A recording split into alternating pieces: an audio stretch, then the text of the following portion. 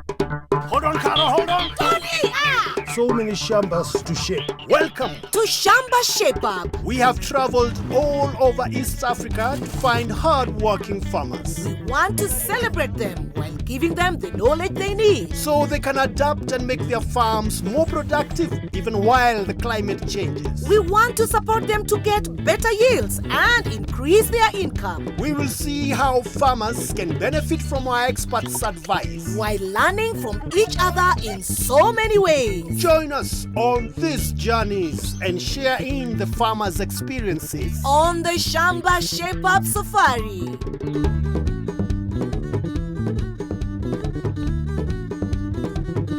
We go around the country meeting and working with farmers on their many challenges as they improve their shambas. Understanding climate change is becoming a real challenge for most farmers. Welcome to a special episode on climate change. Windy, humid, precipitation, chances of rain. What does all this mean? What my parents used to do, they could reap a lot from farming.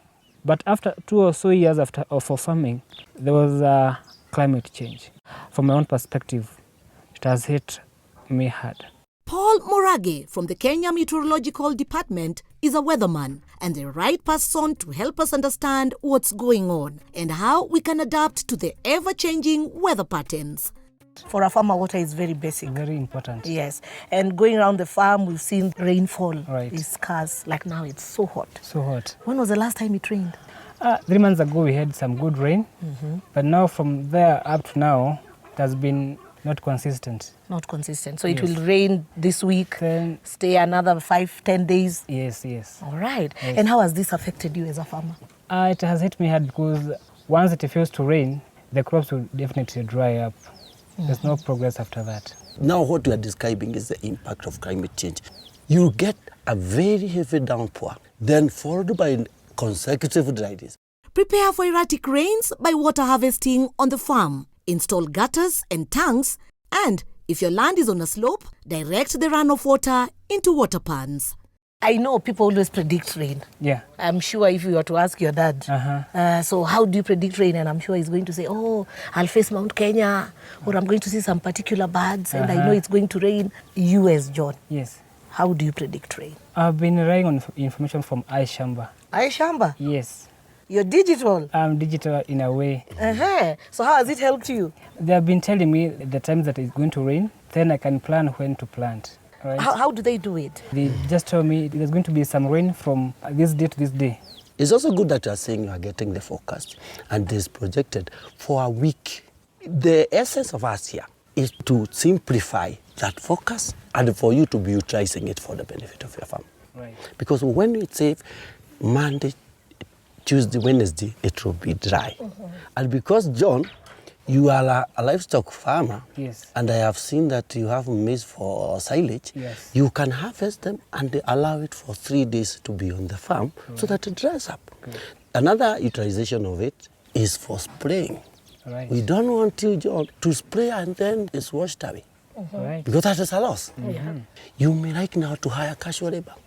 And if you get that weekly forecast that it will be raining in the afternoon, employ people up to lunchtime. Right. Then tell them to go home because you don't want them, you are paying them and they are not working. Well, so, Mr. Morage, Yes, hello. what are we doing? Are we doing acrobatics today? We're going to juggle the balls. What's going to happen here? No, I call it this for demonstration. Okay. Weather forecast is not 100%. If I pick one and I see there is a 60% chance Right. it will rain, there is also 40% chance it might not rain. Right. And this is why we call for diversification. That's why I'm so impressed by you. You have maize. Yes. I have seen you have some flowers. Yes. You have some livestock. Right. You can see some chicken there. So diversification is when you don't just do one crop. Yeah. Because if it feels that we are talking in the area of climate change, you are done. We're done. Does that make sense? Let's simplify it. Mixed farming helps you prepare for high or low chance of rain. Crops that require little rain will do well if the rains are low, and high-yield crops will cover you should the rains be high. And if the rains fail, then livestock will help keep the farm going. So maybe let's do this practically. Yes. I am the weather. Okay. So the weather doesn't know how it's going to come down. So there I am, blindfolded. Here we go. In the bowl, there are 10 green balls and 10 red balls, meaning an equal chance of rain or no rain. Wow, some rain. So here we go again. There you are.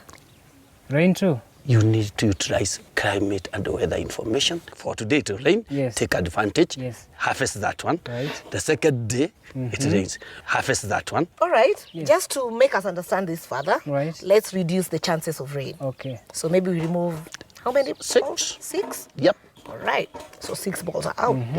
All right, here we go. There goes. No rain. No rain, Yes. All right, there we are.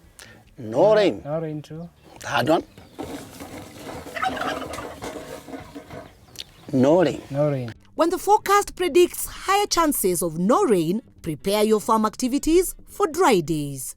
Very insightful and very much helpful. Be climate resilient. Use the weather forecast.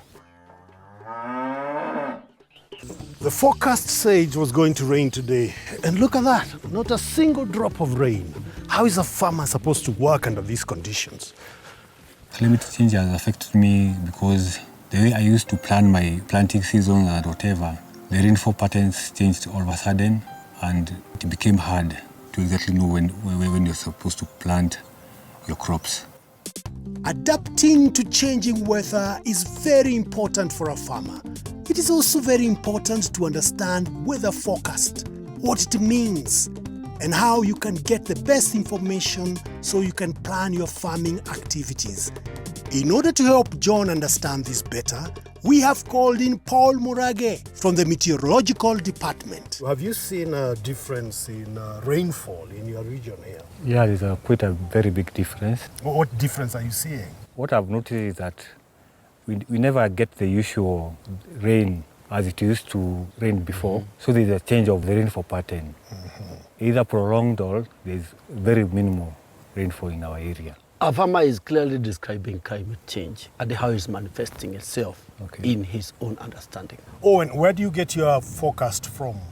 I get my forecast from either the radio or the TV. It is good to note that that is very generalized. It's for the whole country. Yeah. So I would wish that now you be linking with the county meteorological office, you get county-specific forecast at the ward location. And that's why we want you from today. You'll be getting it through the Shamba, through your phone, up to ward location. Okay. It's very important for a farmer to know the amount of rainfall you are expecting in your farm. So the seasonal total is what we give, and that's what you use for planning your farm. So for particularly for example, the total for all that season, 420 millimeters. What does it entail? The choice of the variety, maybe of maize, will be determined by the projected rainfall amount, even the management practice you adopt for that particular season. Then we also have the weekly forecast that we issue. Okay. That is what will determine when to do the actual planting. And we define the start of rains when you receive 20 millimeters of rainfall in your farm. If you can dig, you see that the 20 millimeters, the depth is already wet, and that's where your seed, when the crop is forming, is there. Okay. Yeah. Anything less than that? Anything less than that, the rains have not started. And that's why you always see there is the first start of the rains, and the farmers are forced to do the planting. That's why we are saying utilize the weekly forecast so well so that you are not forced to do the planting. Okay. Any questions so far? As a farmer, how can I know the exact amount of rainfall in my farm? I'm going to demonstrate to you using, assuming they are plots, the different amounts of rainfall I was talking about. Yeah. We have measured water in different amounts. 5 millimeters, when you record it, you don't see the rains have started, or you have recorded onset, because it will not reach the level or the depth of the seed. If we go to 20 millimeters, when your farm records 20 millimeters of rainfall, within 1, 2 to 3 days, you see you have reported onset. Anything less than that, you report false onset. You see the depth up to the whole level, the jebe level, it soaks the water. But when in between the season, you record 100 millimeters of rainfall within 1, 2 to 3 days. That amount will lead to runoff. And that's why we're saying this can only assist you in rainwater harvesting, like the way you have done in your farm. The 100 millimeters should not be a threat to you that it is raining. You can adopt a soil and water conservation measure. Either you do the rainwater harvesting, you introduce a cover crop, or you use mulching. That is now what we call adaptation. And then 420 millimeters you have measured here. This is the amount of rainfall you expect for the whole season. Sounds interesting, doesn't it? Let's get down to the details. 5 millimeters of rain will not reach your seed to help it germinate. For your seeds to grow, you'll need at least 20 millimeters of rainfall. If the forecast is 100 millimeters and above of rainfall, it is advisable to mulch your shamba and prepare for rainwater harvesting. Those early days, it was not as today. There was grass in the farms. But when the rain stops, there was a very big problem. This area is dry and doesn't receive much rain. But then again, 10 kilometers from here could be much greener and could be receiving rain. How is that? Kenya has different weather traits in various zones. These can differ even on the county level. The weather of a place is determined by various things: hills, valleys, closeness to the sea or a lake, forest cover, and wind. When looking at the weather forecast, do not just listen to the overall country forecast. It is important that you get the forecast down to your ward level. To better understand weather patterns, we called in our friend Morage from the Meteorological Department. Morage, Yeah, look. what do you think of this place? Garden of Eden. Garden of Eden, exactly. That's what I thought. Yeah. Bananas, mangoes, it's all green. This is just amazing. Yeah. And it's quite baffling because the other Shamba is just about 6-7 kilometers away. Yeah, exactly. And it is so dry. It's so dry. And we just can't understand how is it possible that two places within the same vicinity can have different type of weather. The water in this catchment, that you can see that there is a river, several rivers, you have a microclimate, which is totally different from the ones where you are residing. The presence of a mountain or hill affects the rain through wind. The windward side, where the wind is coming from, will have more rain than the opposite leeward side. Lakes and large water bodies cause convectional rain when water evaporates, forming clouds that come down as rainfall. Areas with forest cover also tend to get more rainfall as trees release vapor, causing clouds that come down as rain. This is a very good example at that small scale. But even in the whole country, we have different regions. I had developed a copy for You are ready for us with a map? Yes. Joseph, can you tell us where is Taita Taveta from that map? Taita Taveta is around here. Good. Taita Taveta now, it has the same climatic zone. Some part of it, the same with the Kitui, Makueni, and the Lower Kajiado. So you have to know your area. Now, if we zero in now on Taveta, in that area, how we classify them is that we have what we call agroecological zone. Even at county level, there'll be different zones receiving different amounts of rainfall, meaning what you grow in one area will be different from the other. Because of the distance, have you ever considered rearing the animals on this area? During rain season, Yep. you can't be comfortable at this area. You can't. You can be wiped out. Because now we are in agribusiness, what I would advise, because we are doing well on these bananas and whatever, you may consider purchasing a piece of land near this area which does not do flooding. Because the cost of now transporting this up there, it is eating to a profit. Yep. That can do. These terms of weather, what can I do at this area and the other one? So the other area is where now, like your homestead, you do to enhance rainwater harvesting. Your house, you install gutters. Kenya Meteorological Department decentralizes services where you have forecast at the county level. And through the Shamba, you will get in your phone the weekly forecast. This is what will inform you when to plant. And also when is your farm likely to be flooded. Joseph? Yes. To be climate resilient, use the weather forecast. And with that, let's see how this week's weather looks like. Welcome to the Shamba Shape-Up weather and farming news for Kenya. In the coming week, we expect very little to no rains across Kenya. North, Upper and Lower Eastern, including Mandera, Wajir, Isiolo, Meru, Tharaka, Kitui, Makueni and Kajiado, will continue to see very low rains of less than 5 millimeters across the week. However, lower parts of Garissa will be an exception in the region, getting up to 25 millimeters of total rains. The coastal counties will get low rains ranging up to 15 millimeters in the week. This includes Tana River, Kilifi, Mombasa, Kwale, and Taita Taveta. Lamu is the only county in this region that expects moderate total rains ranging up to 50 millimeters. Central Kenya counties will see very low rains of less than 5 millimeters across the week. This includes Laikipia, Nyandarua, Nyeri, Murang'a, Kirinyaga, Embu, as well as Nairobi and Kiambu. Most of the North, Central and South Rift Valley counties will have moderate rains of up to 50 millimeters across the week. This cuts across West Pokot, Baringo, Uasin Gishu, Kericho, Bomet, Nakuru to Narok. Turkana and Samburu will see very low total rains of less than 5 millimeters. The Western and Nyanza regions will get low to moderate levels of rains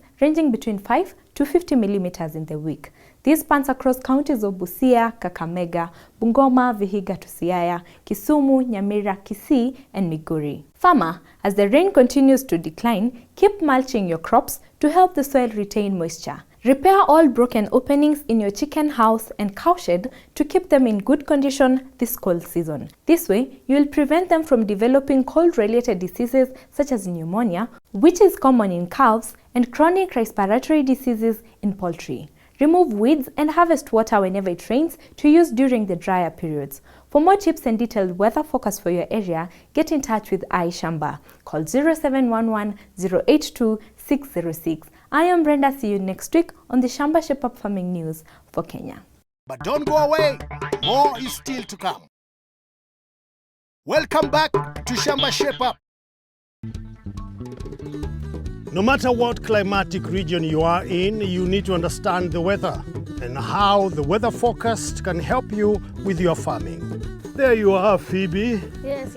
I knew I would find you somewhere very busy. Very busy. So what are you doing here? I'm tending to my nursery bed where I planted some vegetables. How do you manage to farm in this condition? Right now it's just too hot outside. Yes, it is.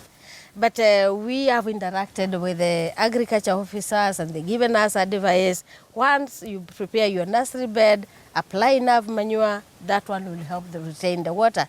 And again, I've placed my nursery bed in the greenhouse, where we're having a microclimate fit for the growth of these seedlings. You do know a lot. And you know what? There's someone who will find you very, very interesting and you can share knowledge with. All right, would you like to meet him? Of course. Okay, let's go. Let me take you to him.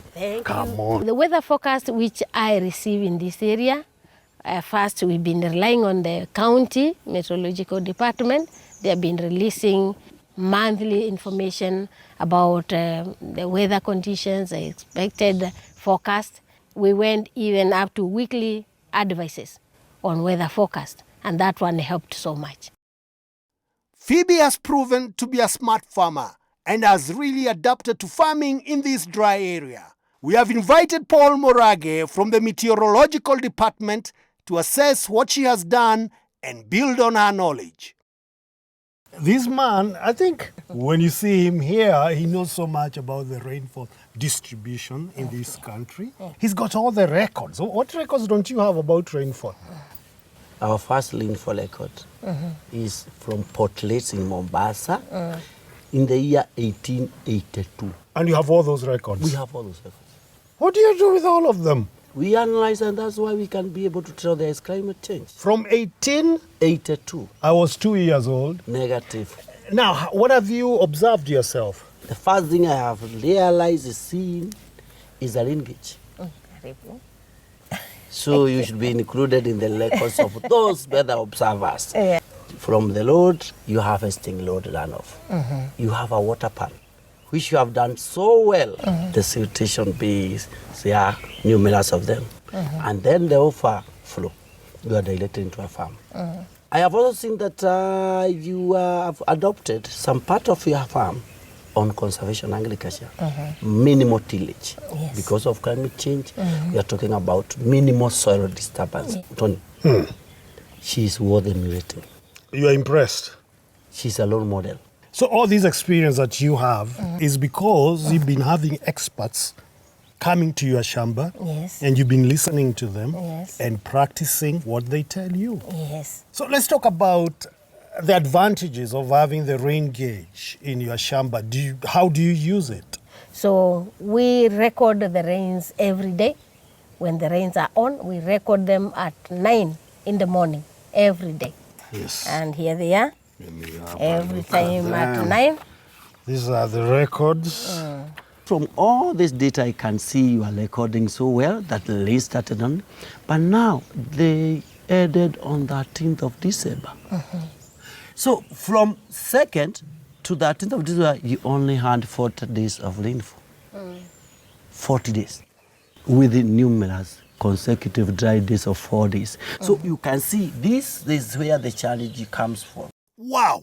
With the rains disappearing like that on a farmer, it's a real challenge. How do you even know when to plant? What method are you meant to use nowadays? Okay, I used the rip line method. Ripping helps conserve soil moisture by allowing rainwater to go deep into the rip lines and trapping it there for the crops to use. When you dig up the weeds, you open up the soil to sunlight, thereby losing the moisture in the soil. It is very important to plant in time. Dry planting is best for dry areas in order to make use of every available rain day. A difference of 5 to 7 days can cause a failed crop. What were the results when it came to harvesting? Not even the harvesting itself, even the germination was different. Because where we had the rip lines, the crop germinated faster and earlier than where we had the open ground. I would encourage my fellow farmers, take the advice from the agriculture officers and practice it. Thank you very much. Thank you. Thank you, Murage. Thank you, Tony. All right. Thank you. Understanding the changing weather patterns can be hard. But by using the weather forecast, you can save yourself from losses on your shamba.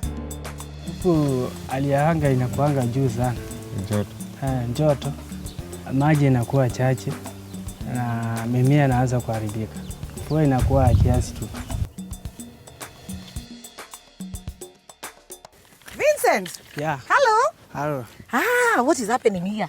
And drips. Drips? Yeah. What are you planting? Yani kupanda mahindi tu. So you're using drip lines to plant maize? Yeah. And do you plant other crops in the shamba using the drip? No. Just maize? Yeah. Like. Wow, that's amazing. But there's something I really need to understand. I'll be right back, okay? Yeah. All right, you continue. Yeah.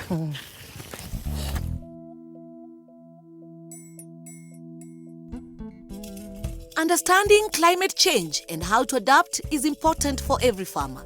That is why we have called in Paul Morage from the Kenya Meteorological Department. So, Vincent, when I came down to the Shamba, you were very busy. What were you doing? Nilikuwa naweka hizi drips. What is it for? Nilikuwa naweka tu hapo tupande hizi mahindi. And where do you get the water? Because this area is so hot, Morage. It is hot. Tulikuwa tuna pump na machine. Tunatumia pipe. Tukaileta hapa kwa shamba. Hapa kwa shamba tunatumia drip. Tuwekelea maji. That is amazing. You know, Vincent Avestas, congratulations. Thank you. Very rarely you find young farmers with that passion. Yes. It's called passion. And in a very dry place like this one, is so commendable. One of the few things I observed is that despite being in a very arid and a dry place, they have managed now to have a crop in the farm at this particular time of the year. So the timing was very important. So that when the rains come, the crop will be at another stage. Then they will stop pumping the water. And the way they have done the ridges, and planting on top there, the water will accumulate. Yes. And then it will percolate. It will infiltrate. Exactly. Now, that timing is very important. One, it reduces the cost of pumping. Two, you will have a market because no one will be having the green maize in the farm. Yes. You can make use of irrigation well through timing. Start off your crop early in the season through irrigation. As the little rains come, they help the crop mature and produce early, meaning you can sell in the market before everyone. I'd wish, because right now we want to transit to agribusiness. Yes. You sell the maize when it is green. Yeah. Maize on irrigation is not so much sustainable, except if you are to sell it at green stage. When you say green stage, you mean sell it when it can be for cooked as roasted, boiled yes, maize? boiled maize, and there is never enough. Yes. It's never enough. So you have a market. And because we are young men, and you are surviving with your phones, don't wait for the buyers to come here. Go and look for the market. Yeah. I have observed you have livestock. So the left of the maize stalk, you prepare silage, which is highly nutritious at that particular stage. The following day, because you have water, plant something else. Green maize is maize that is harvested when still a bit milky. When you harvest green maize, it means you get a better price. You can use the green fodder to make silage, and you can plant another crop sooner. Even the tomatoes you are saying they are having a challenge of the market, I would wish also you stagger. Say that every time you are having something you are selling. The other thing you have done well, and I so commend you, is you have introduced fruit trees in your farm. Yes. One, it cautions you against when you have a crop failure, you are selling the fruits. It is also increasing the forest cover, and also it reduces weed erosion. Lastly, while we are here from the Kenya Meteorological Department at the Shamba, you'll have now a forecast in your phone. Because You'll you're be digital. receiving, because you are digital. So I commend you. Be climate resilient, use the weather forecast. Ai, hapo mtapata kila kitu hapo kwa shamba. Ndio kwa una ujuzi. Ai. It's no longer business as usual. I'm sure you've learned something new to cope with climate change. Adapt your farming methods. Get in touch with Shamba on 0711 082 606 for more information. See you next week on Shamba Shape Up.